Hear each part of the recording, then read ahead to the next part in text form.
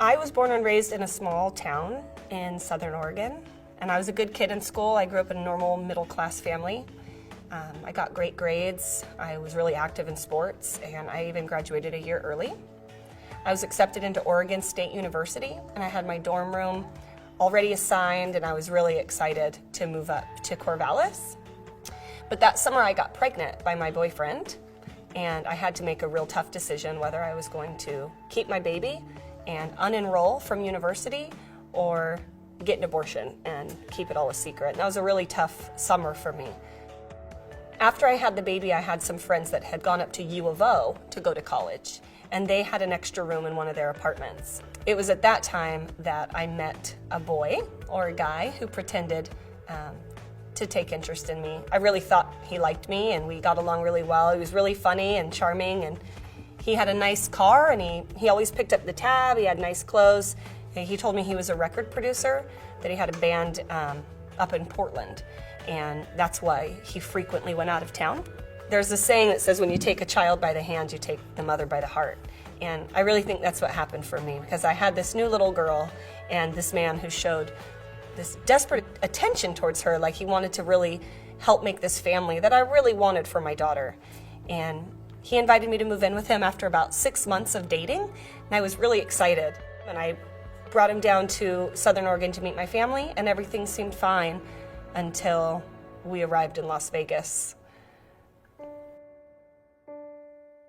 He said we were moving there because that was the entertainment capital of the world, and being a record producer and having a band, that's where they were going to get the most gigs and the most jobs, and that's where his job was leading him. So I desperately wanted to go with him, to be with him, and to start this family that he promised me. He pulled up to an escort service, and he said, "This is how it works in Vegas. I've spent a lot of money to get you here. I put first and last on an apartment. I filled your fridge up with food, and you're gonna need to earn that money back." And I felt trapped. I felt like, how am I gonna get out of this? And you didn't know if you were gonna live or die. You didn't know what he was gonna do or what he was capable of, and so it was really scary. I can remember just running through the casino thinking, like, these people don't even have a clue what's going on. They're just, cha-ching, cha-ching, Las Vegas, yay! And they're doing all this stuff, and I'm running for my life. I'm running from a man that has forced me into doing things that I didn't want to do. When you have a trafficker that's waiting at home with your child and says, if you don't bring home $1,500, you're going to find your daughter out on the corner, I think I was probably more frightened to go home than I was to be in the room. Because if you got robbed, it was your fault for being stupid. If you got raped, it was your fault for not watching your back.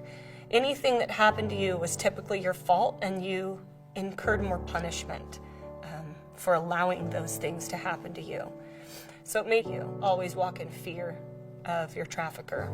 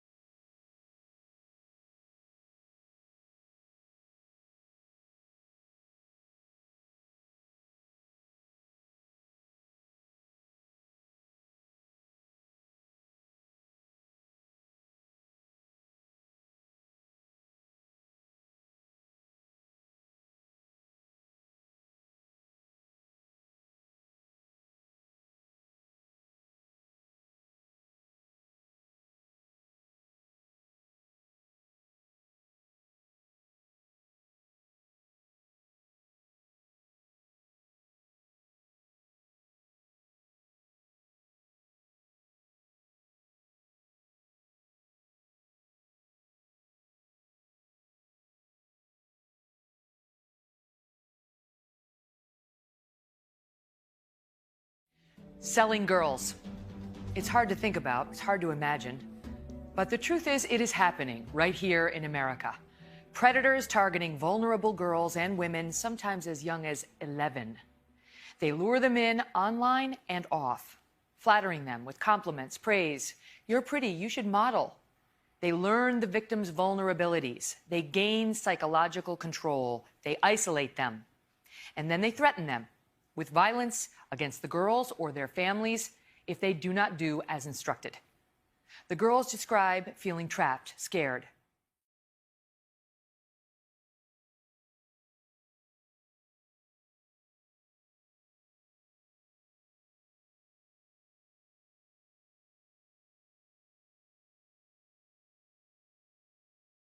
And the next thing they know, they are being marketed for sex. And who buys them? It could be your neighbor, your doctor, your friend. All a person has to do is log on to the internet, find an ad, and click and buy. You will hear from one man who did it, a suburban husband and father who says it's just that simple. It's easy to say, not my child, not my sister, not my husband. But the next hour could change how you feel.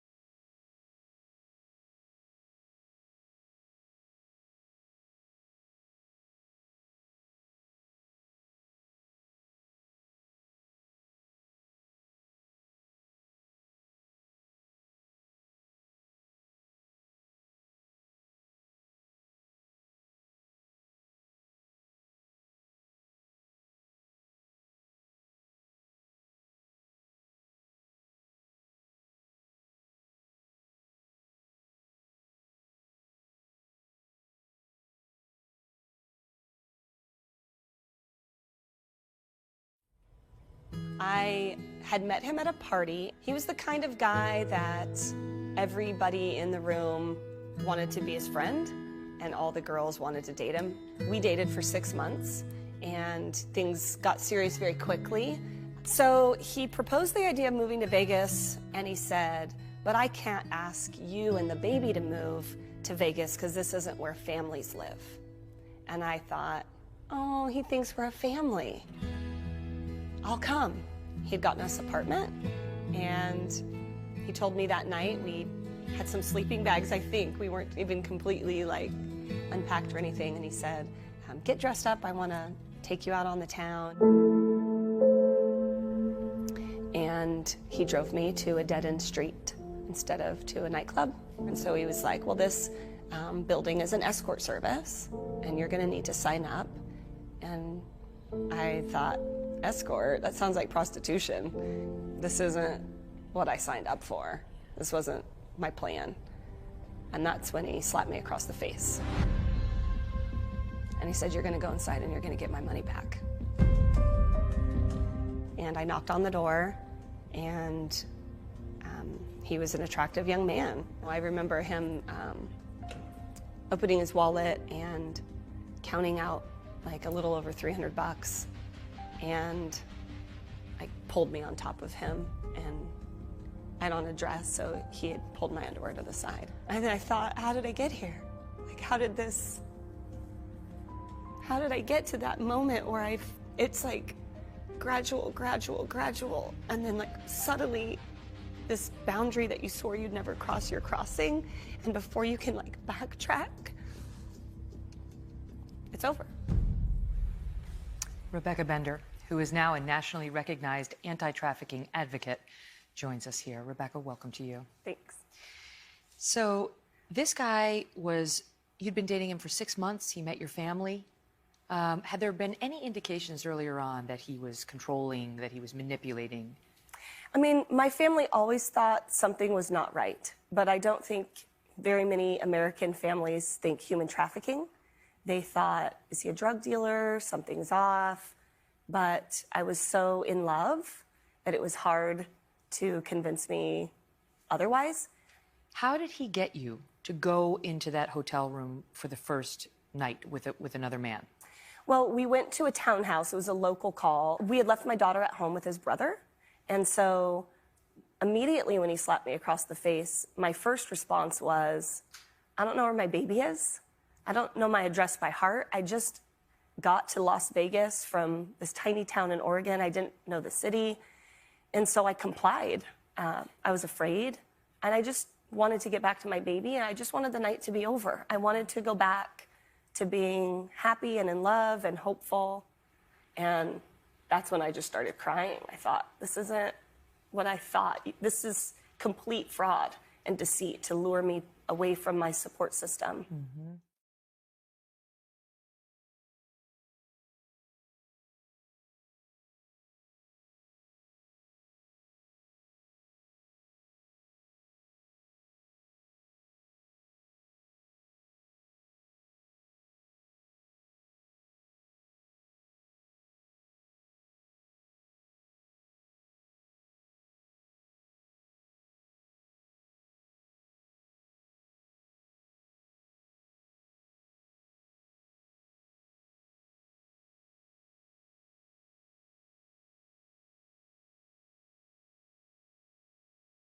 Mm-hmm.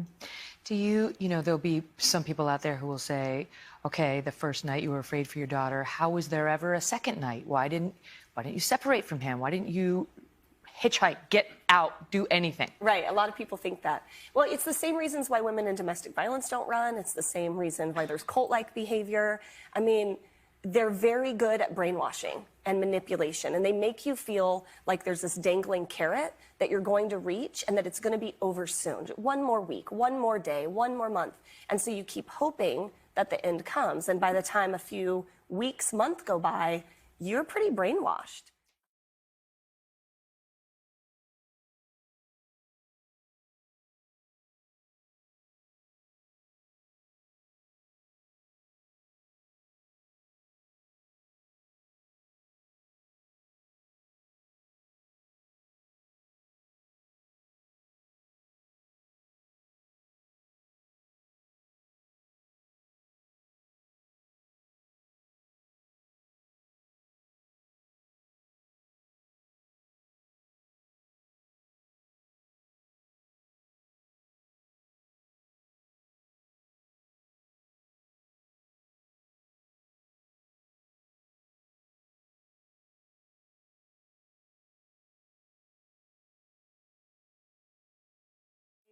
I didn't even realize I was being trafficked.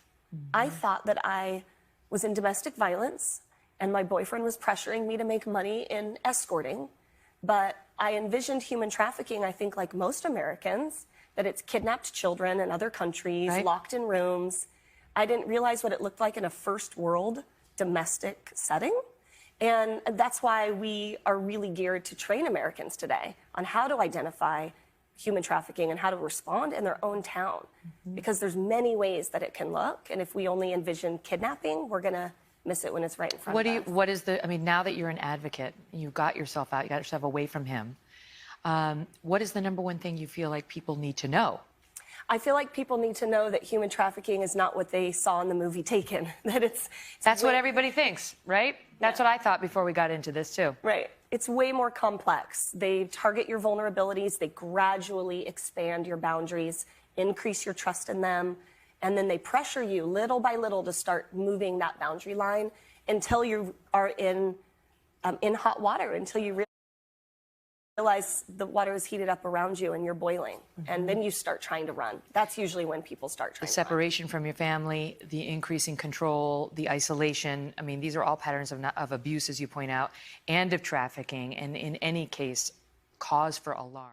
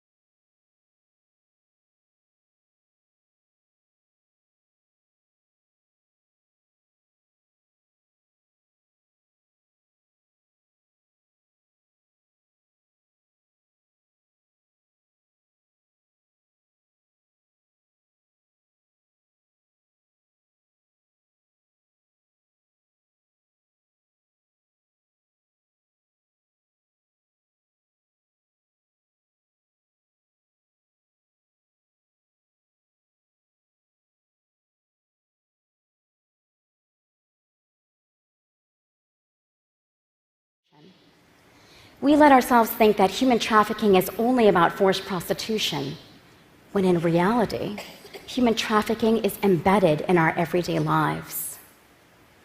Let me show you what I mean.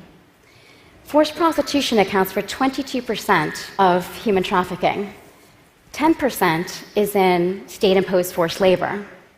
But a whopping 68% is for the purpose of creating the goods and delivering the services that most of us rely on every day in sectors like agricultural work, domestic work, and construction. That is food and care and shelter. And somehow these most essential workers are also among the world's most underpaid and exploited today. Human trafficking is the use of force, fraud, or coercion to compel another person's labor. And it's found in cotton fields and coltan mines and even car washes in Norway and England. It's found in US military bases in Iraq and Afghanistan. It's found in Thailand's fishing industry. That country has become the largest exporter of shrimp in the world. But what are the circumstances behind all that cheap and plentiful shrimp? Thai military were caught selling Burmese and Cambodian migrants onto fishing boats. Those fishing boats were taken out, the men put to work, and they were thrown overboard if they made the mistake of falling sick or trying to resist their treatment. Those fish were then used to feed shrimp. Shrimp were then sold to 4 major global retailers: Costco, Tesco, Walmart, and Carrefour. Human trafficking is found on a smaller scale than just that, and in places you would never even imagine. Traffickers have forced young people to drive ice cream trucks or to sing in touring boys' choirs. Trafficking has even been found in a hair braiding salon in New Jersey. The scheme in that case was incredible. The traffickers found young families who were from Ghana and Togo, and they told these families that your daughters are going to get a fine education in the United States. They then located the winners of the green card lottery, and they told them, we'll help you out. We'll get you a plane ticket, we'll pay your fees. All you have to do is take this young girl with you. Say that she's your sister or your spouse. Once everyone arrived in New Jersey, the young girls were taken away and put to work for 14-hour days, 7 days a week, for 5 years. They made their traffickers nearly $4 million. This is a huge problem. So what have we done about it? We've mostly turned to the criminal justice system. But keep in mind, most victims of human trafficking are poor and marginalized. They're migrants, people of color. Sometimes they're in the sex trade. And for populations like these, the criminal justice system is too often part of the problem rather than the solution. In study after study from countries ranging from Bangladesh to the United States, between 20 to 60% of the people in the sex trade who were surveyed said that they had been raped or assaulted by the police in the past year alone. People in prostitution, including people who have been trafficked into it, regularly receive multiple convictions for prostitution. Having that criminal record makes it so much more difficult to leave poverty, leave abuse, or leave prostitution if that person so desires. Workers outside of the sex sector, if they try and resist their treatment, they risk deportation. In case after case I've studied, employers have no problem calling on law enforcement to try and threaten or deport their striking trafficked workers. If those workers run away, they risk becoming part of the great mass of undocumented workers who are also subject to the whims of law enforcement if they're caught. Law enforcement is supposed to identify victims and prosecute traffickers. But out of an estimated 21 million victims of human trafficking in the world, they have helped and identified fewer than 50,000 people.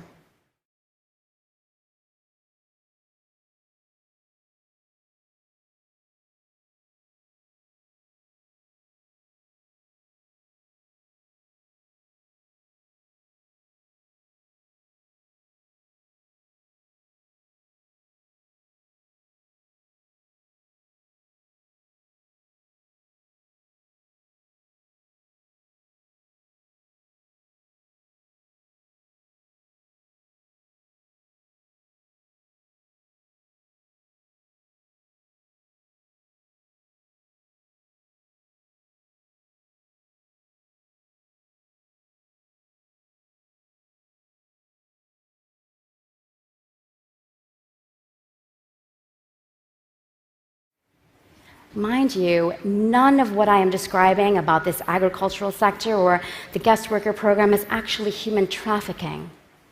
It is merely what we find legally tolerable. And I would argue this is fertile ground for exploitation, and all of this had been hidden to me before I tried to understand it. I wasn't the only person grappling with these issues. Pierre Omidyar, the founder of eBay, is one of the biggest anti-trafficking philanthropists in the world. And even he wound up accidentally investing nearly $10 million in the pineapple plantation cited as having the worst working conditions in that Global Horizons case. When he found out, he and his wife were shocked and horrified, and they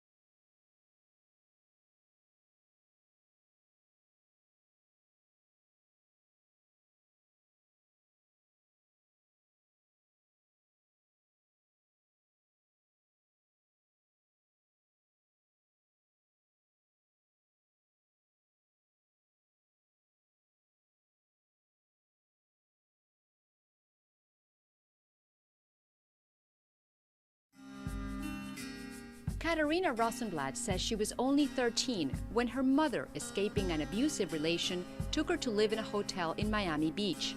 She remembers her mother worked long hours and she wandered alone. Soon enough, there was a trafficking ring that spotted my vulnerability, being alone, having low self-esteem coming from a dysfunctional home life.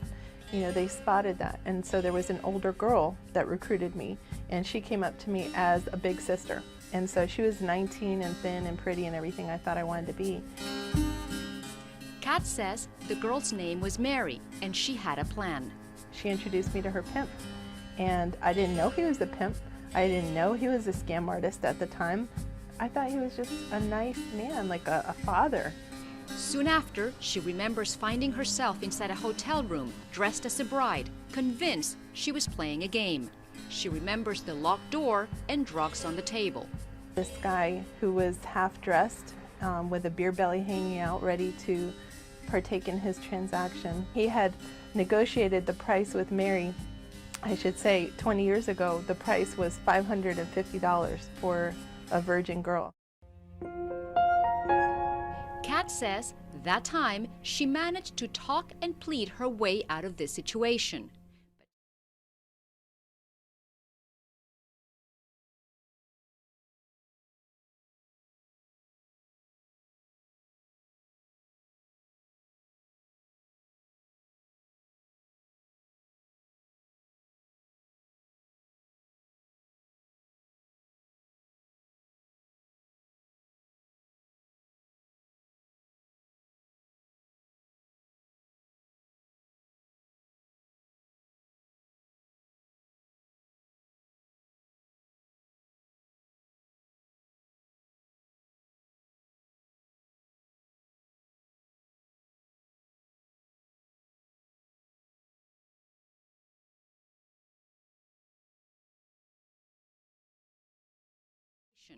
But soon after, she says she was tricked again, this time by a friend's father.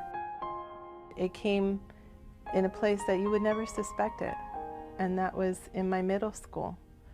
I was in 7th grade, and they blindfolded us and took us to a brothel in Broward County, from Miami to Broward. They had paid her father $40 for each of us. She doesn't remember how long she was there for and how many men came by. They let me know what would become of me if I ever told anyone. They told me that they knew where I lived, they knew who my teachers were, they knew what school, they knew everything about me. There was nothing I could do to protect myself. And at 14 years old, I didn't even know where to begin.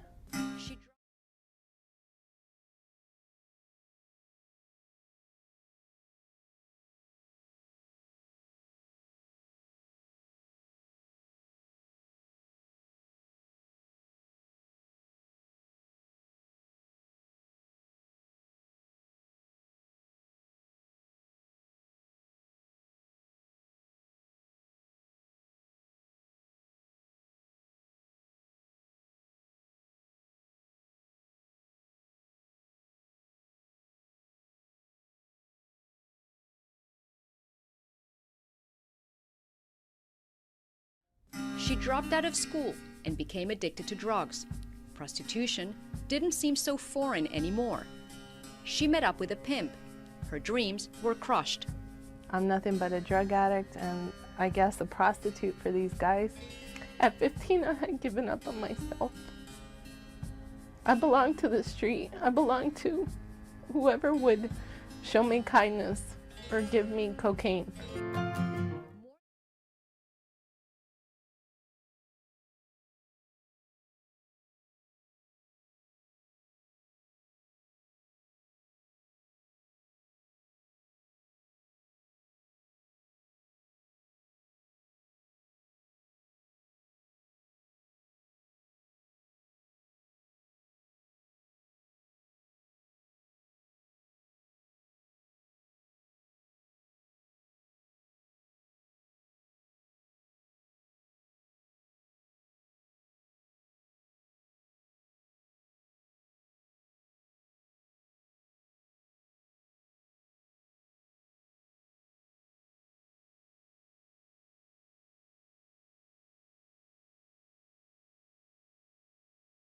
But I had two parents that were very loving, and my mom stayed at home. She was an at-home mom. So just, a normal kid, lots of adventures, and played outside a lot. Just, pretty normal. So you're 15 or 14 approximately, you're living in suburban Michigan. Mm-hmm. What was that like, sort of a normal time in your life? And, take me through your first contact with this person. Okay. It was different moving to this new place because it was just getting harder to make friends, and I was frustrated because I'd always have to leave my friends, then try and make new ones and fit in. So I wasn't real happy about this move, and so the school was a lot different. It was just full of different groups of kids that I hadn't been around before, but I liked it. And I finally got a group of girls to accept me into it. And this one guy, I just kept noticing him. Like every time I turned around, he was around, and he was really cute, and he was just different than the normal boys that I had liked. But my parents were really strict and said you can't date till you're 16, and they didn't want boys calling the house. So basically, that he was off limits. I guess but you were a girl, you're 15, and Yeah. you like this guy. Yeah. What happened? After about 6 months, it took that long for him to, I guess, wear me down. He would always give me compliments, and what 15-year-old girl doesn't love that, or especially from a cute guy. Just say I looked pretty, and do you need any help with your homework, things like that. And so about 6 months later, he asked me if I wanted to ride home from school one day. And none of my friends were around, nobody was there. So I jumped at the chance. I thought, that's safe enough, it's not a date, my parents won't get mad. And I really honestly believed that he was going to take me home, but he didn't. What happened? He took me to his house and said, oh, I just have to grab something, I forgot. And I had a weird feeling. It just didn't feel right, but I ignored it because I was 15 and I just wanted to spend some time with him. And I just believed everybody was a good person. And so he took me to his house and asked me if I wanted to come in. And I initially said no, but he convinced me and said he liked me. And once I got inside, everything changed. He offered me a soda that was laced with something, and I got drugged and then raped. And surprisingly, he even took me home right after that. So Did you know that you had gotten raped at that point? Yes. Yep. Oh yeah. Okay, so Yeah. were you this is just, I'm trying to I was clarify. dizzy and really like loopy, like really out of it. But you knew that he's forced himself Yep. on you sexually. Yeah, exactly. Okay. So what happened after that? You go home and Yeah. do you tell your family? Or? No, I didn't tell my parents. You know, and I wonder even today, like how many girls, if that happened, you know, and they were in high school, if they would rush up and tell their parents. It's different today where we have a lot of education on date rape and things like that, and back then you didn't even prosecute for that, and so I didn't say anything to my mom. I remember feeling horrible. Yeah, I was a mess, but I didn't want her to be disappointed in me. I mean, we were Irish Catholic, and I didn't want her to see me different. I just didn't want anybody to know. I just thought I'll just deal with this on my own. But then things took a turn for the worse there. I guess that there's some, tell me what happened then. I ended up going back to school a few days later, and he came up to me with an envelope full of pictures and said, "You have to earn these back or else. We're going to show them to your dad, his boss at work." I mean, and in 1980, my dad made $100,000 a year, so I was pretty concerned that he'd get fired. He said, "We'll show them around school," and it was hard enough to make friends at that point. And then he said, "We'll show them to the priest where you're really involved at church." So for my 15-year-old mind, I thought, I have to do this. Like, I have to do. But I had no idea it was anything sexual. So you thought earn them back. What were you thinking? Work in their family stores that they owned, or do their homework, or clean their car. I had no idea, but it never would have crossed my mind anything that they had in store for me. How did it get started? They called my house. I had a private phone in my room, and I remember it was like midnight and it ringing. I thought, who in the world is calling me at midnight? And I answered it, and it was him. And he said, "They want to see you." And I'm like, "Okay, tomorrow's fine, you know." And he said, "No, now." And I was like, "Are you kidding me? It's midnight. You know, my family's home, got school in the morning." And he said, "This is not an option. You need to come now." He's like, "I'll meet you at this certain street." And I was just like, I couldn't believe it. I was in shock.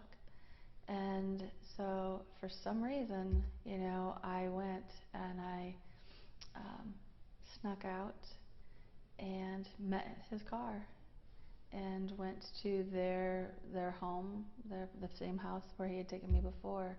But this time he didn't take me to his room. He took me downstairs to a men-only area. And I met the other traffickers at that time, who were the ones I went to school with. And they proceeded to tell me the terms of the deal. What'd they tell you?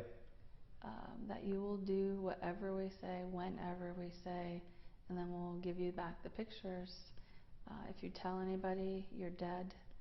We'll kill your brothers if you go to anybody, and you can't stop, otherwise, until you've earned them back.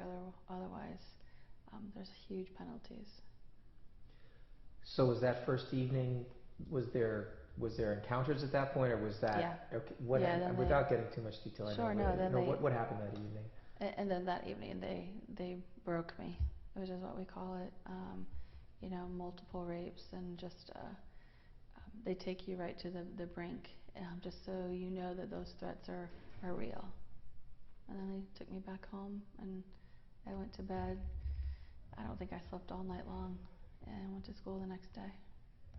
People would listen to this and find it hard to believe that there wasn't, signs that or that you wouldn't go tell your parents, or confide in a friend or your brother, or someone. But what happened? Why not? Or you know what I mean? Can you tell me a little bit about that, or what your mindset was? I think because we were very affluent and upper middle class, it was very taboo, to share your secrets. Like you have dirty laundry in your family, and you keep it all inside. And those threats were huge. I mean, they followed us. If we were walking home from school, they would call randomly. They did so many things that let you know as a kid that they were serious, and you believed them. So yeah, there were red flags. Then my grades dropped. I was tired. But I don't think that I for once thought to tell somebody because those threats were so high. But I wished inside that somebody would notice, the little red flags I was giving off, and nobody did. Nobody came to me to say, are you okay, Theresa? Yeah, they didn't. And even if they had, I would have lied because I needed to. But I still was dreaming inside that somebody would take me away from that. So this goes on for a period of time. Can you talk about, generally what took place during that period of time? Meeting them several nights a week, usually in my pajamas and barefooted, and being driven to different houses, very affluent houses all around the Detroit area. There was never less than 3 men a night, probably an average of 6, and getting very little sleep, going home, and then them being there in school watching me too was very intimidating. So they were always around. So for several years, just it would get worse and worse and worse.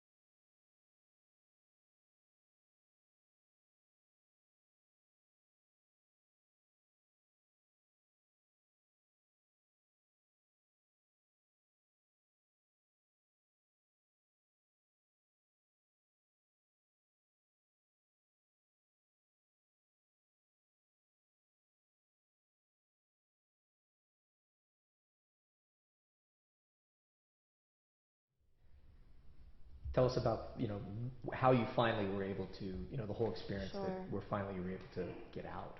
Right. It really was a miracle that I got out because most don't get out of it. I went out to meet that car, and unfortunately it was some different drivers, and they kidnapped me and took me to an inner city Detroit motel where I was drugged and beaten and sold over and over again to a room full of men, and I was the only female there. And I know I passed out from that, and when I woke up I didn't know where I was, and I didn't have any identification or money or anything. And so I decided I needed to get out of there. I didn't know how I was going to get home. I didn't know what to do. And I remember trying to call my dad, and I didn't even have enough money for the payphone. I mean, I had a dime, and so I knew I was kind of far away. I was out of the area code. And, but I still didn't want, I remember him answering the phone, and I heard his voice, and it was like, you know when someone's sound asleep? And I heard his voice and I hung up. I couldn't even do it. I couldn't disappoint my dad. And it was kind of like realize it now that like they had no idea I was gone. Like I was missing, but nobody knew I was missing. And so I just thought I can't do that. But I didn't know what to do. You know, how I was going to get home. And a waitress in a little diner asked me if she could help me, and I said no, and then eventually I said yes. I need to get home, and so she called the police, and they took me home that morning, and my parents were shocked. They thought I was in bed, and I wasn't talking. I didn't tell them a thing. I needed them to believe what they were going to believe, because I needed them safe, and I didn't want anybody killed. But the police were involved by then, and they were watching the house. I still wasn't talking to the police, but they were suspicious of some stuff. So things had started to change, but they still took me during school or after school, just not at night. People will ask, why didn't you tell the police when you had that opportunity? Was it still the fear, or? Oh yeah, especially because I encountered the police a few hours after that. The worst thing had ever happened to me. I mean, there was probably 30 men there that night. You know, not many people could survive something like that. So I knew that if I spoke, something even worse was going to happen to me than that. So, you know, I wanted his help, but the policeman said to me, he said, I think I know who did this, and I need your help to catch him. I didn't hear him say to me, I want to help put these guys away. I want to help you get out of this. And so I was like, nope, you know, because I didn't trust him. And I went to this conference on human trafficking, but I had never known what it was called, what happened to me. Like I had searched and searched for definition, never found it. And so I went to this conference, and within 5 minutes of being there, I realized that I had found my word of what happened to me. And then I realized how many others didn't know that somebody like me could be trafficked. And I thought, if I didn't know this, you know, then how many others don't? What do you want to get across to people? It's that this can happen in any zip code, and it is, to any kid. I mean, it is happening all around the country, and we've just turned a blind eye to it. We've mislabeled it teen prostitution, which doesn't exist. So it's something that we really need to wake up and become aware that this is happening everywhere in the United States. It just looks different than what we've thought human trafficking looks like. What is human trafficking? It's the exploitation of people for commercial value.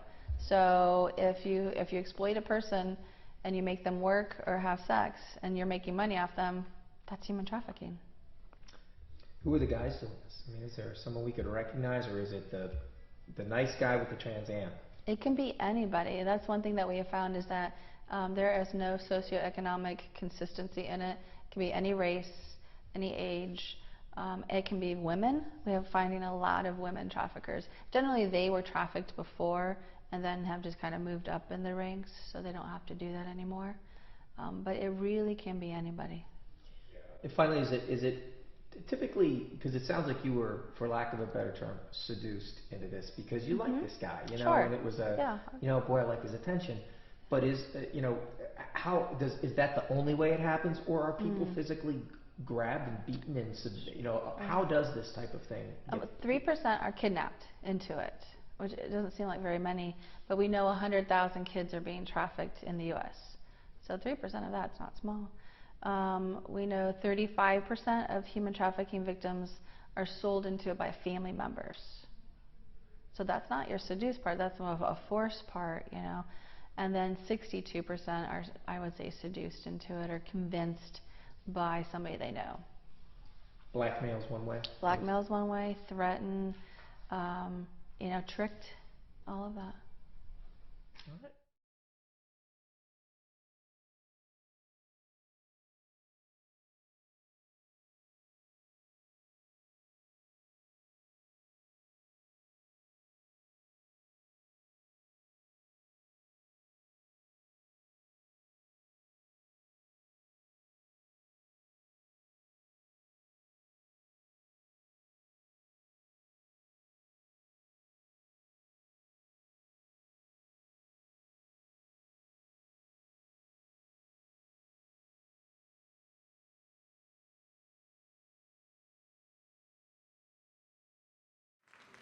A 15-year-old girl, alone, confused, sad, addicted, and trafficked on the streets of New York City. She hears sirens in the background, and she knows what that means. It means run. So she and all the other young women out on the track run, but they're not fast enough. The police come, and they chain them all together and take them down to the police station. And she's kind of worried because she's addicted to heroin, and she knows she can't spend that many minutes in the police station, but she goes to the police station, and she goes to court, and they sentence her to Rikers Island prison. And she's thinking, I have to get out of here. I've heard horror stories, and I don't want to be in Rikers Island prison. So she breaks the programming that the trafficker has drilled into her head, and she says, I'm Barbara Amaya. I'm not 21. I'm 15 years old, and I'm from Fairfax, Virginia. Please help me. Please find my family. I just want to go back home. And they do. They say, we found your family. They're coming to pick you up. She feels a sense of relief. They're coming to pick me up. At the same time, I felt so many other emotions. I was scared. I didn't know what I was going to say. I'd been gone for 3 years. They take me to the room where my parents are going to be waiting. I open the door and I step inside, and it's my trafficker in the room, not my parents. And to this day, I don't know how that happened. Not sure. Do you all remember the feeling that you had when you were in middle school, when you were 12 or 13 years old, in 6th, 7th grade? That feeling of excitement, wanting to belong, but yet being very, very, very vulnerable?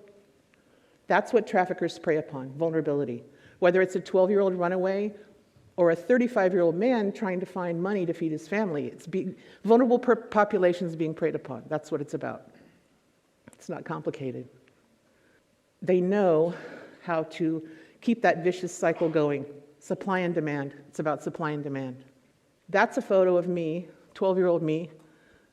The summer I turned 12, I ran away from my Fairfax, Virginia home. And I want to repeat that. The summer I turned 12, I ran away from home, and I went to nearby Washington, D.C. I'd been being abused, and nobody would listen to me, so I ran away from home. In DuPont Circle, a young woman approached me, and she said she wanted to help me, and she understood how I felt. And I went back with her to her apartment, and sadly, her trafficker was there. She had been out like recruiting other runaways. Maybe she'd been one herself one day. One day they took me to the corner of 14th and I Streets, not that far from here, in our nation's capital, and they sold me to a trafficker from New York. And I can remember that day like it was yesterday. My memory's pretty messed up from some of the stuff I've been through, but I can remember that day. I remember the money exchanging hands, and I remember him driving me up to New York, and I remember him taking things up a notch, really. He programmed me, and I use that word on purpose. He programmed my young mind. He knew exactly how to create a commodity out of a human being. He knew how to create a trauma bond.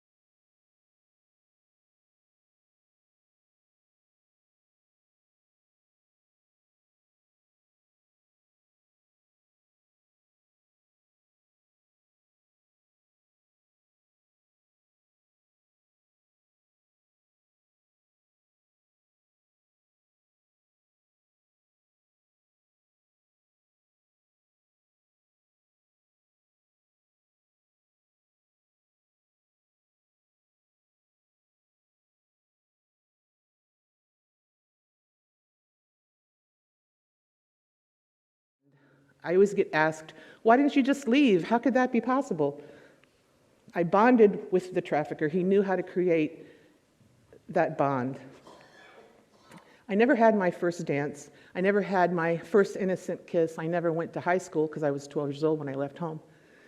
But I did have an 85-year-old man die on top of me when I was 16 years old, being trafficked in New York. I became heavily addicted to heroin. And heroin saved my life. It numbed me to the existence that I was surviving. I don't want to say I was living because I was merely surviving all those years, over a decade, from 12, 13, 14, 15, 16, 17, 18, 19, 20, 21, 22, over a decade. And then one day I escaped New York. You know, I wish I could say it was really that easy, but it wasn't. It was a lot longer than that, but I don't have a lot of time out here, so one day I escaped New York.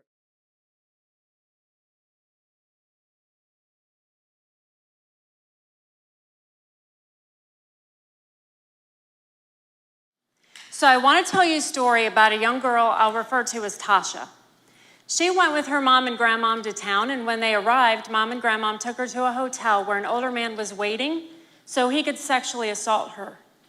She was younger than 12. He paid these women, her mom and grandmom, so he could rape her. And this is the man from Homewood, Alabama. Tasha's family members were her traffickers. Traffickers and pimps are one and the same.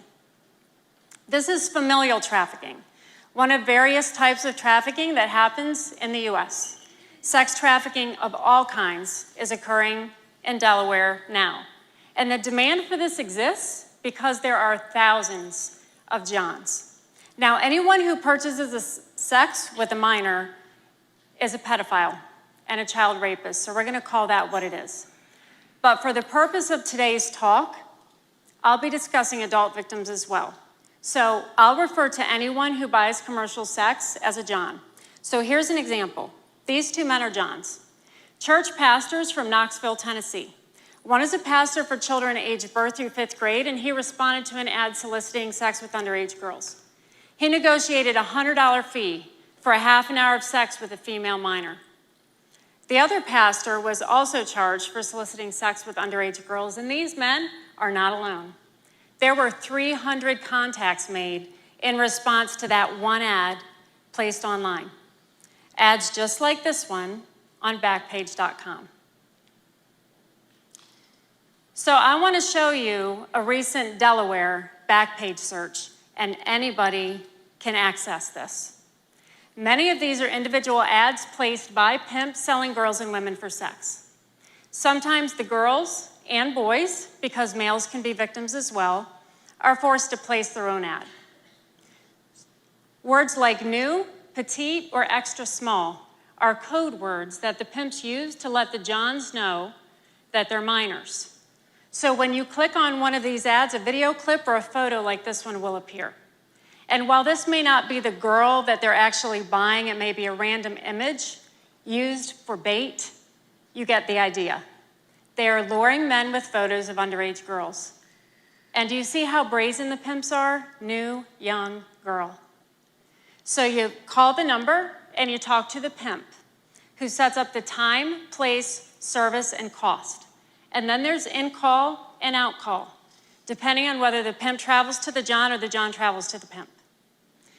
So by now, are you asking yourselves, how do they get away with this? If any of us can pull this up on our computers, why are these traffickers not being caught? And we'll look at that in a bit. But for now, we're going to look at a different type of trafficking victim, an adult. This woman is a probable trafficking victim. She was arrested in Delaware for prostitution. She offered an undercover officer a happy ending at this spa in Kent County. Now, how do we reasonably assume that she's a trafficking victim? She was the one soliciting, right? She was the one offering sex. Nobody was holding a gun to her head. And maybe not at that moment. But part of trafficking is the force, fraud, and coercion that occurs during the grooming phase, which comes after the luring phase, and we'll look at that in a bit too.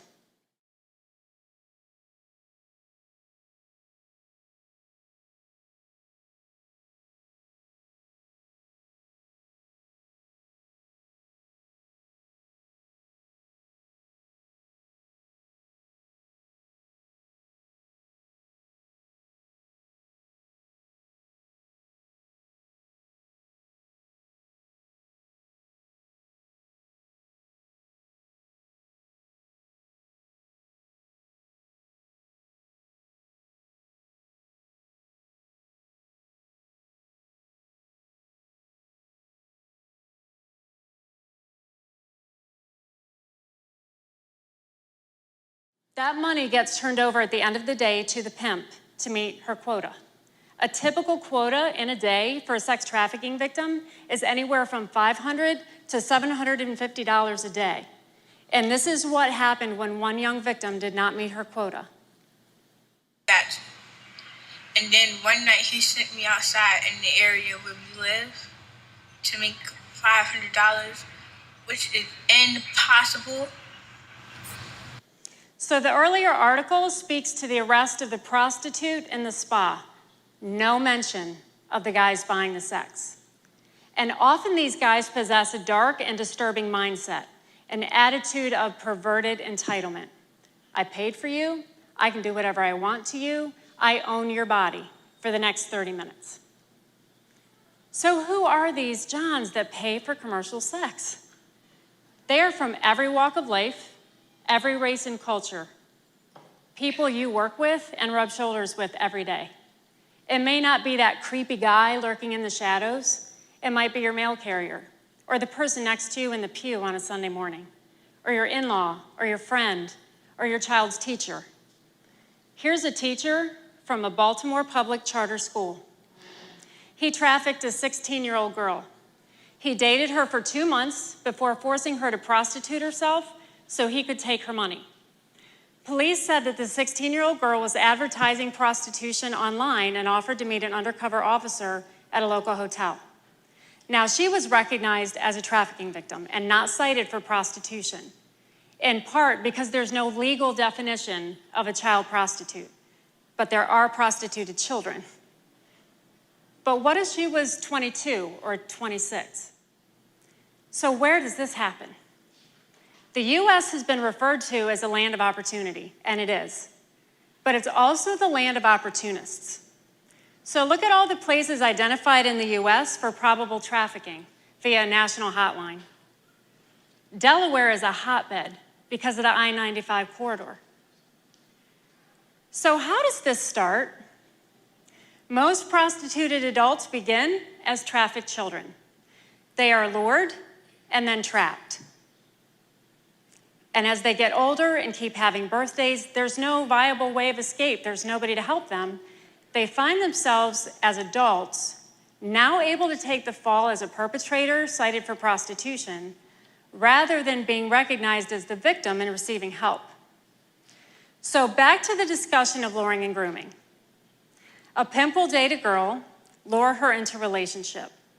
She falls in love with him after he promises her attention, security, a future together, that they're going to be a family.